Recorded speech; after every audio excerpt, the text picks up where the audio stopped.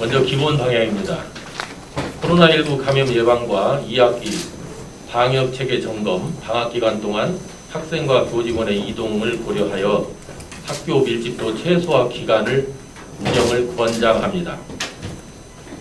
학교 밀집도 최소화 기간은 유초, 중고 학교별 개학일로부터 9월 11일 금요일까지입니다. 기간 연장 여부는 추후 별도 안내하겠습니다.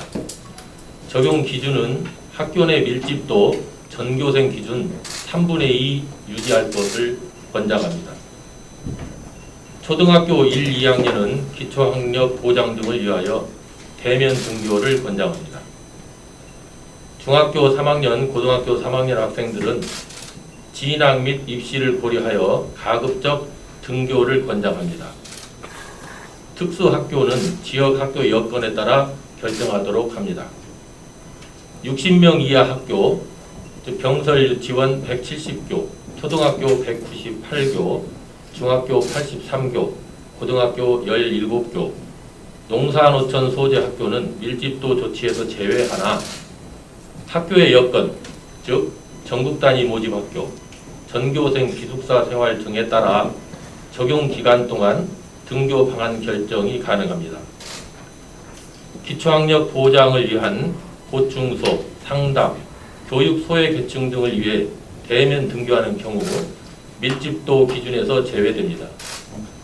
9월 14일 월요일 이후의 등교 방안은 이미 안내된 8월 6일 날 안내되었습니다. 안내된 공문에 따라 단위학교가 탄력적으로 결정하게 됩니다.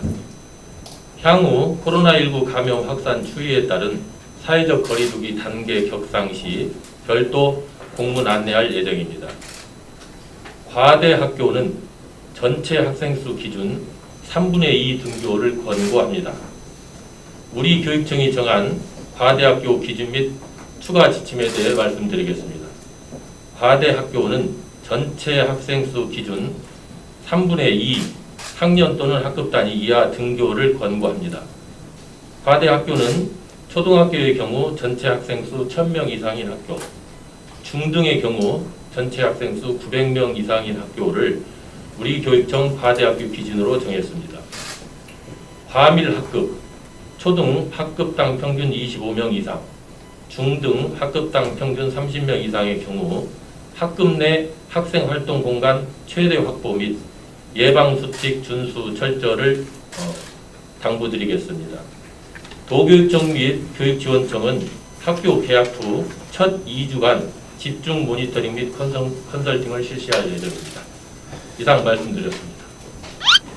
그 학생들은 이제 방학 중에도 나와서 지도를 하고 해야 되는데 그 학생들까지 그 밀집도 기준에 참여를 시키게 되면 지도할 어떤 시간이나 공간을 확보할 수가 없습니다.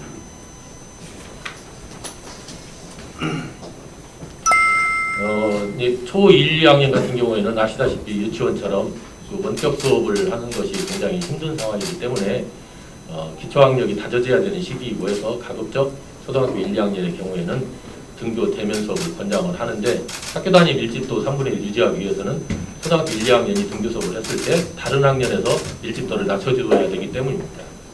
고등학교 3학년과 중학교 3학년의 경우 입시를 앞두고 있기 때문에 가급적 등교 수업을 권장하는 상황입니다. 당연히 시키고 있습니다.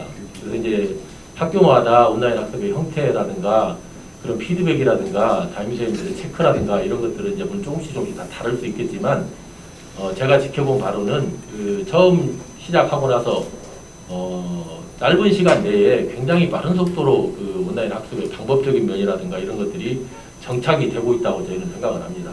모두 100% 만족할 수는 없겠지만 그래도 이 정도로 큰 무리 없이 온라인 학습이 돌아가는 것은 물론 학생이나 학부모님들 또는 시민들이 보기에 일정 부분 미흡한 부분도 있을 수 있겠지만 그래도 이 정도로 온라인 학습이 돌아간다는 것은 대단한 일이라고 생각을 합니다. 그런 것은 학교에서 이미 주의사항이라든가 이런 것들 다 안내를 하고 있고요. 그럼에도 불구하고 그거를 100% 전부 다 가가호 방문해서 이렇게 커버할 수는 없지 않습니까? 그래서 이제 교육적인 측면이 굉장히 강할 것 같고 또 이제 그런 와중에 이제 그 돌봄이 필요한 학생들이 있을 겁니다. 그래서 온라인 학습이 이루어지는 경우에도 그 돌봄은 계속해서 운영을 이렇게 하기 때문에 그런 학생들은 예를 들면은 초등학교의 경우가 2개 학년이 이제 온라인 학습을 한다 그러면 그 2개 학년이 온라인 학습하는 동안에 그 비어 있는 공간들이 있을 겁니다. 그런 공간들을 이용해서 아마 돌봄이 진행이 되기 때문에 큰 문제는 없으리라고 봅니다.